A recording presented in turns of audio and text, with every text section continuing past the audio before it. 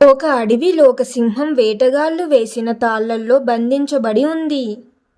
ఆ దారిలో వెళ్తున్న ఒక బాటసారిని చూసి సింహం ఎంతో వినయంగా, అయ్యా, నన్ను విడిపించు, నీకు రుణపడి ఉంటాను అని వేడుకుంది. బాటసారి జాలిపడి కష్టపడి ఆ తాళ్లను విప్పేస్తాడు.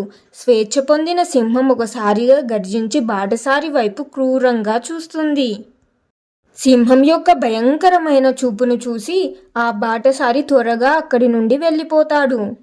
కొన్ని రోజుల తర్వాత ఆ అడవిలోనే అదే బాటసారి విశ్రాంతి తీసుకుంటుంటే సింహం వచ్చి, నాకు చాలా ఆకలిగా ఉంది, నిన్ను తినేస్తాను అని అంటుంది. బాటసారి షాక్ అయ్యి, నేను నీకు ప్రాణభిక్ష పెట్టాను కదా, అది మర్చిపోయావా అని అడుగుతాడు. అప్పుడు సింహం, వేటాడడం నా నైజం, నేను మారలేను అని సమాధానం ఇస్తుంది. అలా వారిద్దరూ వాదించుకుంటూ ఉంటారు. నేను నీకు సహాయం చేశాను, నువ్వు ఇలా చేయడం కరెక్ట్ కాదు అని. కాని సింహం మాత్రం, నా స్వభావాన్ని నేను మార్చుకోలేను, ఈరోజు నేను నిన్ను తింటాను అని. ఇలా వారిద్దరి మధ్య వాదన పెరుగుతూ ఉంటుంది. అప్పుడు వారిద్దరి మధ్య వాదన తగ్గకపోవడంతో వారిద్దరూ ఒక ఒంటె దగ్గరికి వెళ్ళి అడుగుతారు. ఆ ఒంటె ఇలా అంటుంది, చూడండి, మనుషులు కూడా అవసరం తీరాక జంతువులను వదిలేస్తారు.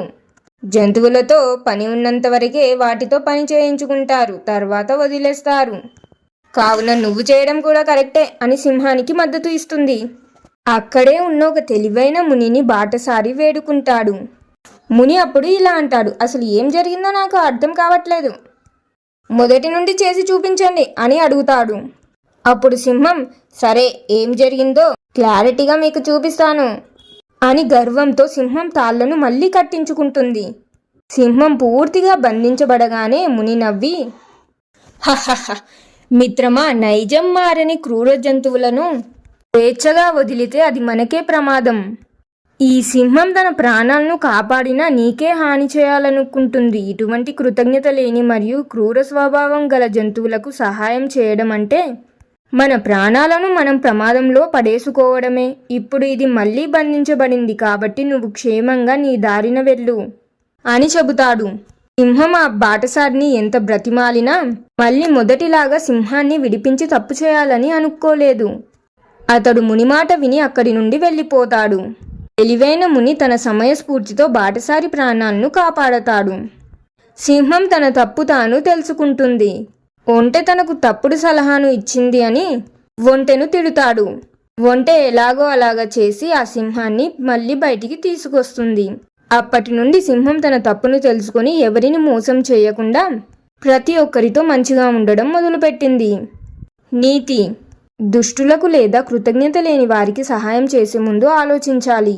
ఎదుటివారి నైజాన్ని అనగా స్వభావాన్ని గుర్తించకుండా గుడ్డిగా సహాయం చేయడం ప్రమాదకరం.